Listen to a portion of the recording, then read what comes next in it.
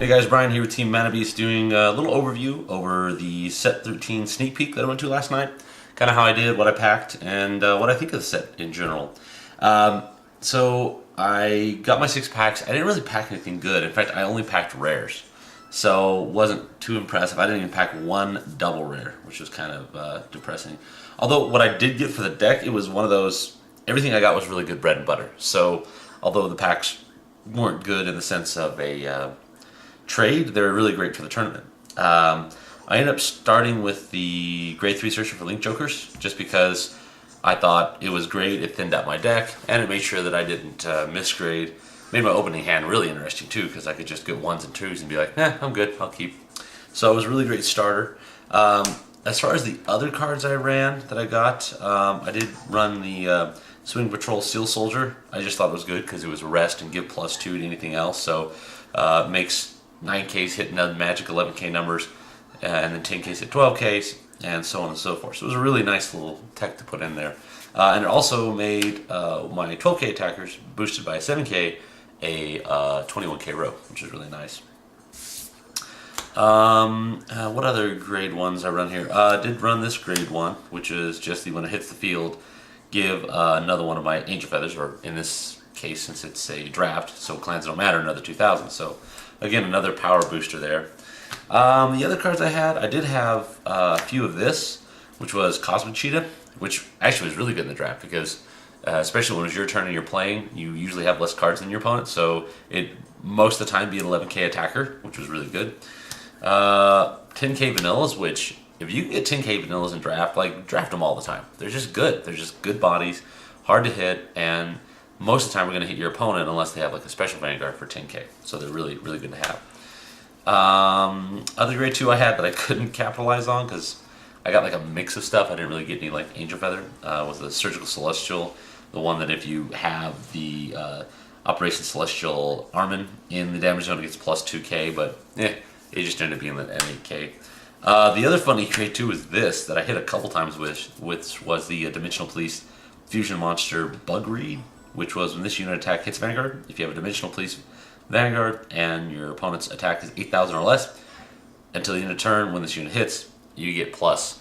You get to plus yourself by drawing a card, which was really funny just early game because they don't ever want you to draw a card, so they'd always guard against it, which I like that.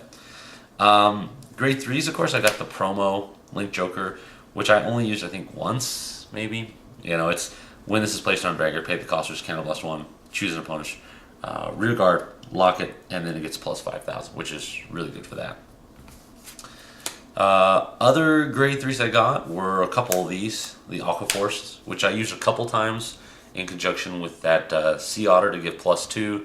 So I had a 7K boosting it, and then it was able to hit for good magic numbers, which was really nice. And then the other grade 3s I have here were these, the self-standing grade 3s, which actually helped me out. Actually won me a couple games with these because when you're drive check a grade 3, you can stand this unit, and it really helped for like free stands. Since I ran 7 grade 3s in the deck of a 31 card deck, I had it like most of the time. It was able to stand this thing. The other funny card that I had along with all of this, let me see if I actually have it in here real quick, was this thing here, which choose another grade 3 Grand Blue Rearguard and retire it. So this one says, when I drive check a grade 3 Grand Blue, pay the cost if you do, choose a Grand 3 from the drop zone and call it to the rearguard. So a lot of times what I would do is I would have him on the Vanguard and I could have a choice. So like say if I had this out here, you know, and it already attacked, if I had something better, like I had an Interceptor I wanted to get instead, you know, it's like, oh, there's 10K attack in the drop zone. I'll have that attack and I'll retire it and I'll just put that there. Or, you know, again, I had less cards and it's like Cosmic Cheetah, like, okay, free Interceptor, and attack again for 11. So it was really funny being able to like cycle through my drop zone, which was odd because, you know, that's the thing about draft, you don't have any rules for clan restrictions, so it's like, yay, I can do whatever I want. Which was really, really funny, so I like that a lot. Otherwise, like I had like the grade 1 Link Joker here, putting a soul and it helps relock stuff. Never used it at all. Again, another one here. Never reused it at all. I just was, it never worked because I didn't have that much Link Joker stuff to lock. And then the Aqua Force, which I didn't use because I never had like fourth attacks. I never had a lot of stuff. It just, it didn't work for me as well. I did though have a, let's see here, where'd it go? There's a wheel assault, which actually worked really well. It was a funny row behind, oh, this was the best one. I had it behind this, and I had done the Sea Otter. I had rested it over here, so I was like, +2. So that hits for 21. And then I had the grade 3 here as well. So it was just like, duh. And then I checked a grade 3. So I attacked, and then stood back up, then attack, and then after this was done, I had a, I had a, what did I have? I had something behind the Vanguard. I forgot what it was. I don't know what it was, but yeah, I essentially like exchanged positions with this rear guard. Like it was just a really awesome wombo combo, and it helped end the game for me really early, which I liked a lot. It was pretty cool. So yeah, like I said, as far as stuff, I didn't pull anything really great. I did get Wheel Assault. There's the new Nubatama starter that if it boosts an attack, it hits. Soul Blast 1, and you can put up to 2 cards from the bind zone into the drop zone, which is really good. We already saw Wheel Assault. Okay, the funniest card out of all of them. Funniest, this card saved my last game, game 4. Saved my bacon. So check this out, right? So I got 2 cards here in my deck. Literally, I have 2 cards left. So I draw for turn, and I'm like, crap, like I don't know what I'm gonna do. My opponent had 2 cards in their deck. So all they would literally have to do is go, draw for turn, in turn, and then I draw and I would lose. So what I did was I was looking at my hand, I'm like, I don't know how I can get around this. I'm thinking I gotta attack him, like I really gotta put a lot of pressure on him. And so I read the card, and this is what the effect says.